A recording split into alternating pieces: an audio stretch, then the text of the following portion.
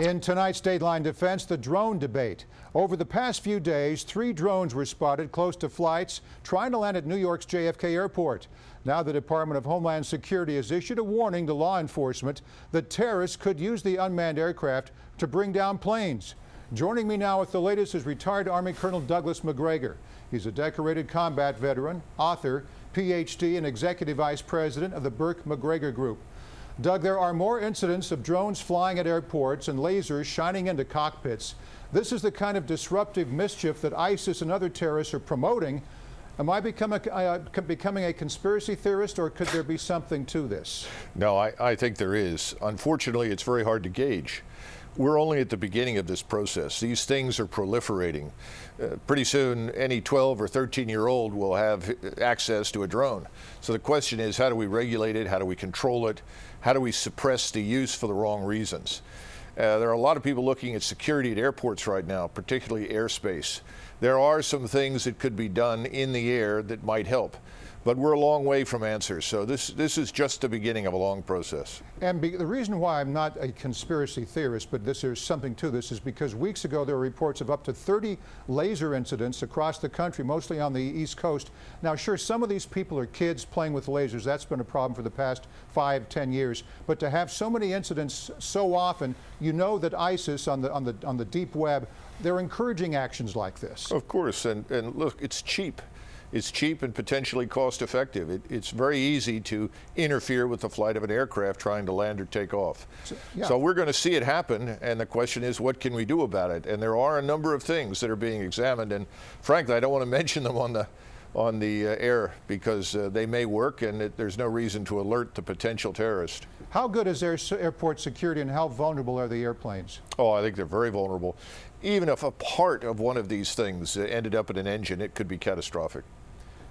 Let's switch gears to China. The country's government is claiming that the South China Sea is their own, causing tensions to rise between the Chinese and other Southeast Asian countries. But in a diplomatic effort, both parties have established a foreign ministers' hotline. Tell me more about that. Look, I think the Chinese, in a proverbial sense, stepped into it. They tried very hard to assert themselves in the region. They discovered that by doing so, they alerted everyone to their hubris and arrogance. No one in the region beyond the borders of China will accept the old Sino-centric order. That's the historic order of the region for 1,000 years.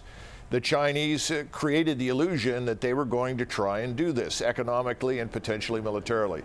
They now realize they made a terrible mistake. And what they're trying to do is to restore some civility to their relations with the people on their periphery, who, after all, they still want to do business with. It shows you that if you're the bully on the block, sometimes if you stand up to the bully, it works. Oh, absolutely. It absolutely does, particularly when you get everybody on board, which is what's happened in the region. All right, meantime, the China stock market is plunging, and it appears the country could be starting a recession. How does that affect China as a world power? Well, it's a very serious challenge to the Communist Party. The Communist Party likes being in charge. The elites want to stay in charge. The principal threat to them internally is the possibility that this economic downturn could produce mass unemployment, unrest in the countryside and in its large cities.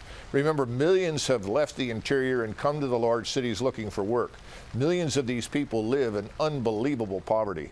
So if this slowdown continues at the current pace, the Chinese are going to have their hands full at home.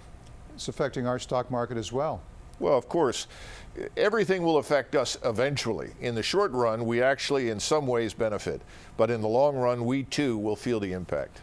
All right, before we go, Doug, let's get back to ISIS. It's suspected that the first wave of Syrian rebels trained by the U.S. to fight the terror group have been killed. Now the Pentagon says it will provide air support for others they plan to train. Is this a good idea? Well, first of all, let's reflect a little bit. During our unhappy occupation of Iraq, according to Pentagon spokesmen and people in Baghdad, we killed the insurgents 3 or 4 times. In other words, the numbers that they cited, we kept killing 30 or 40,000 every so many years. It didn't seem to make any difference. ISIS is not short of recruits right now, and the more we attack them, the more popular they become, the more celebrated they are, because they're, after all, standing up against the great Satan, the evil United States. So I don't think this is a very good idea. The other problem with this is that there are many different actors now in the region with different agendas. Really, yeah. Aligning yourself with one or the other puts you in conflict with someone else. Mr. Erdogan in Turkey has an agenda.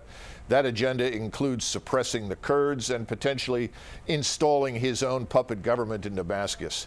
ISIS, or the Caliphate, is in part his creature, along with Saudi Arabia and the Emirates, because it's the front line in the fight in Iraq against the Shiite government and its Iranian sponsor. This is very complex. The notion that we can come in and hit the right target, not hit any civilians, be antiseptic, precise, and perfect is nonsense. Never works that way. We're going to have some problems. It's going to be a problem for us taking sides, isn't it? Very much so. Frankly, I don't think we should, but the president is trying to satisfy his critics. He's also trying to do something that he thinks or his advisors think is positive. I think it's the road to disaster, frankly. We could come into conflict with all sorts of people that we don't need to fight, frankly. It's always good to get your insight. Retired Army Colonel Doug Macgregor, Executive Vice President of the Burke Macgregor Group. Thanks again, Doug. Thank you.